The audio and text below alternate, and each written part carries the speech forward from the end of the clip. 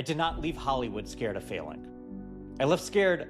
I found out I was ordinary. That was the fear. And if you built a real career inside a title, a company, or a machine that explained you for free, and now you're scared of who you are without it, this is for you. I want to tell you something I don't usually say out loud. When I left the day-to-day of Hollywood, I was taking Benadryl to fall asleep. Now, I have allergies, but I kind of took it because my brain would not stop. I would lie down and the questions would start. Did I just leave the only world that knew who I was? Did I just walk away from everything I built? I have a mortgage, I have kids, I have people counting on me. And am I too late? At 49, is this too late? Now, I was 46 then, still saying the same thing. That was real. So one night, I was sitting in a Trader Joe's parking lot, late and not even gone inside yet, and I was just sitting there, running the math again, and again, and again. And I thought I just might have made the biggest mistake of my life. Now that's the scene. That is the part people do not see. You see the content, you see the stage, you see the confidence, you see the message. What you don't see is the parking lot. You don't see the version of you sitting in a car at night, wondering if you just walked away from the only thing that made sense. And if you're the person that I'm talking to today, I think you know that feeling.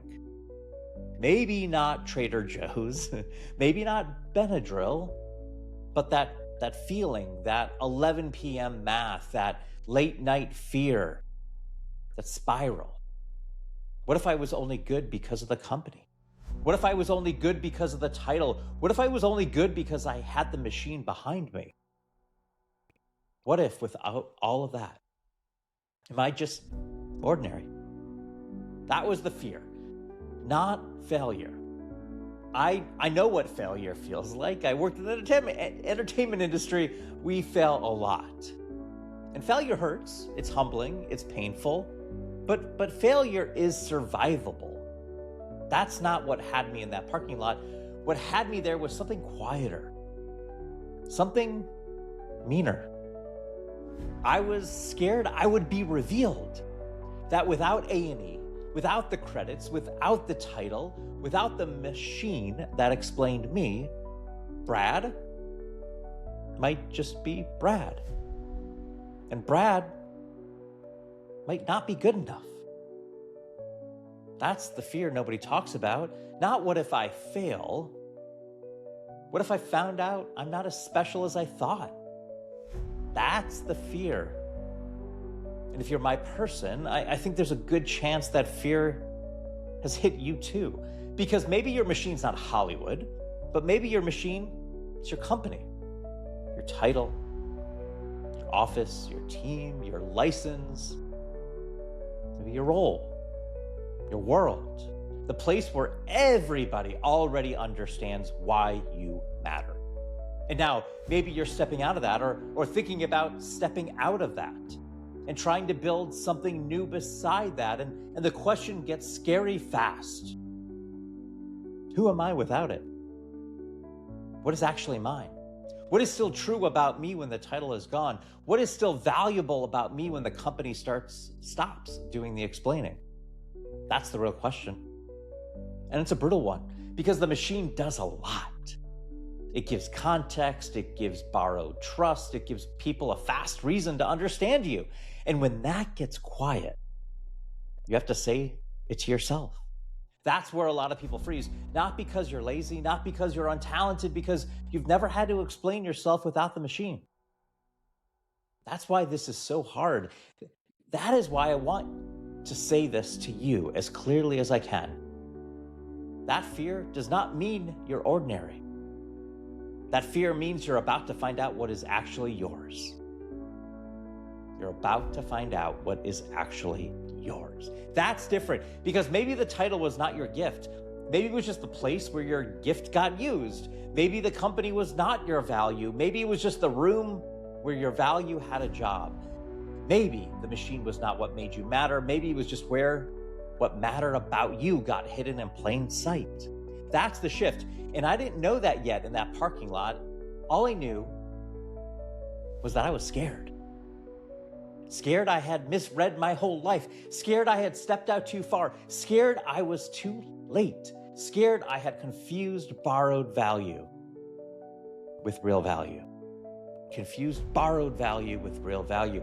And that is a painful place to be, because once that fear gets loud, it starts saying all kinds of things. Go back.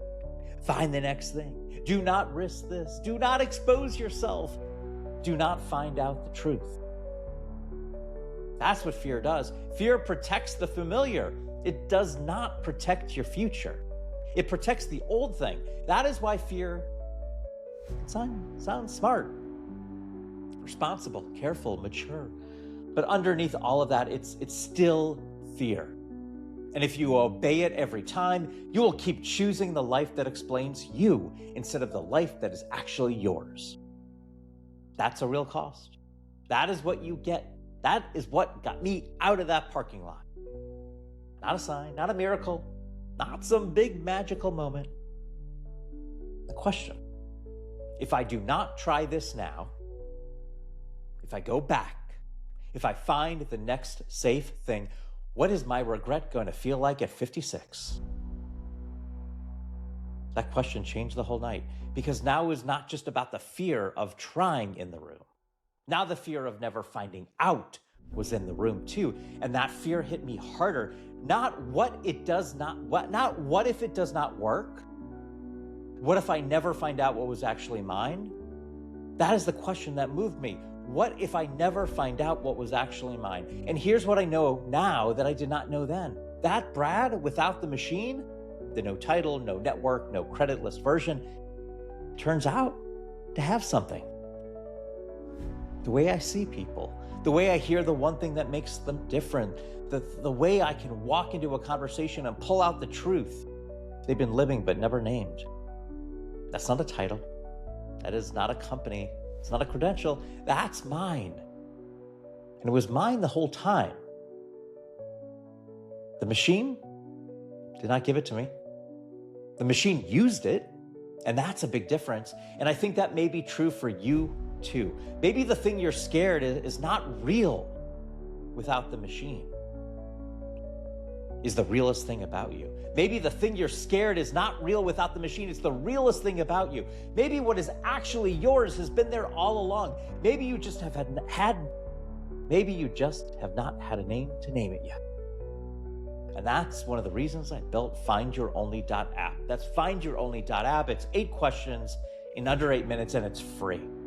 Because I know what it feels like to sit in that parking lot. I know what it feels like to ask, what is actually mine? What is still true without the title? What is still valuable without the machine?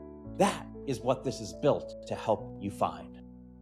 Findyouronly.app. It's 8 questions in under 8 minutes. It's free. And it helps you figure out what is actually yours without the title. Then turn that into the words people can feel fast.